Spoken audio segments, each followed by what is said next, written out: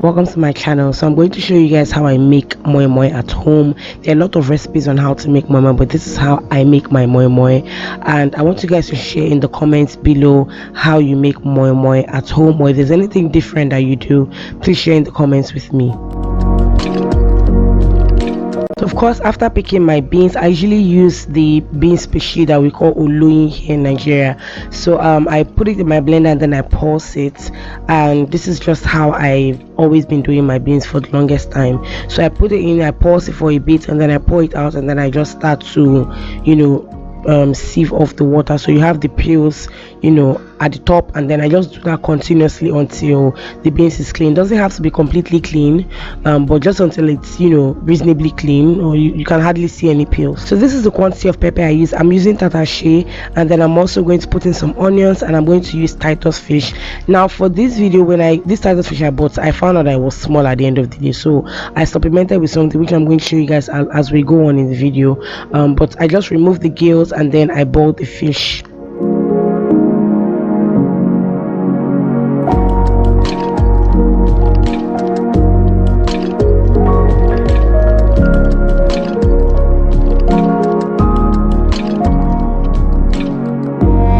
So the one thing I do because of my husband is boil eggs. My husband likes eggs in his moi-moi. I'm not a complete fan of it, but I do it because that's how he enjoys it. So usually the plates I use, I usually get 12 cups of moi-moi. So I like to boil 6 eggs and then split into 2, except on rare occasions where I have more beans than the amount of plates. Then I use another, I use other plates, and then I have to divide the eggs all over again. So I'm just going to bring out the fish and I'm going to debone it.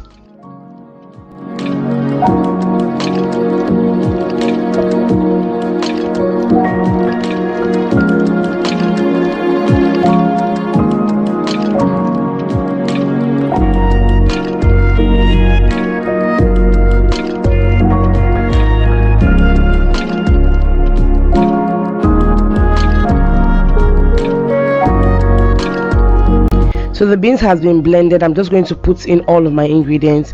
Now I'm going to use the deboned and mashed Titus fish, and I'm also going to use smoked fish. So this is smoked Titus fish, so it basically is still going to taste the same. And then I'm going to put my crayfish, a little bit of ginger, a little bit of garlic, and I've noticed that I've gone to parties where I've had moi-moi that had so much ginger. I think it's always ginger that is the problem, so I'm very, very careful with the amount of ginger, and they use fresh ginger, so it's usually so overpowering sometimes.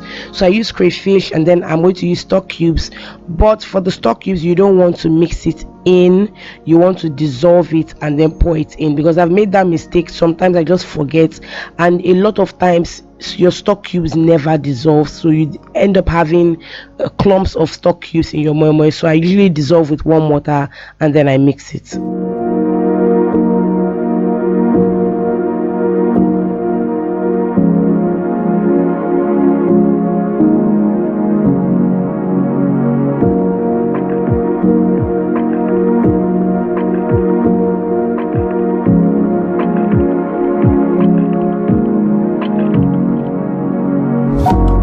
So once all of that has gone in, I'm going to put a spoon of vegetable oil and a spoon of palm oil. I'm going to mix it up, and then I'm going to pour some water in my pot. I'm going to be using this big pot. This is not my biggest pot, but I'm going to pour some water in the pot, and then I'm going to start putting my beans into the plates. These are the plates that I use, and I have 12 of these, but I noticed that I had more beans, so I had to use some other plates. So I then also had to redivide the eggs as well.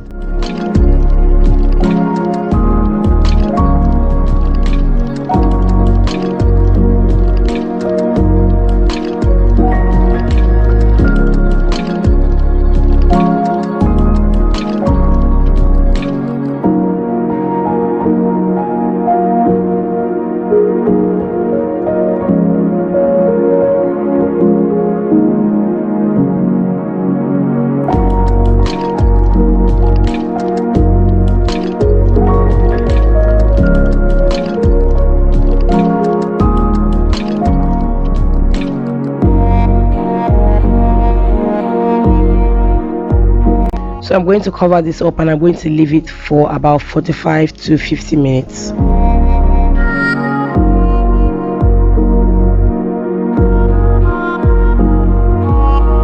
So of course, once you taste the one on top and it's cooked, it's soft, it's smooth, you know that everything is cooked. The bottom is definitely, cooked. So Moi-Moi is ready. I really enjoy it. My mom doesn't come out smooth. I remember when I was small, my mom used to coat the inside of her cups with vegetable oil. I don't do that.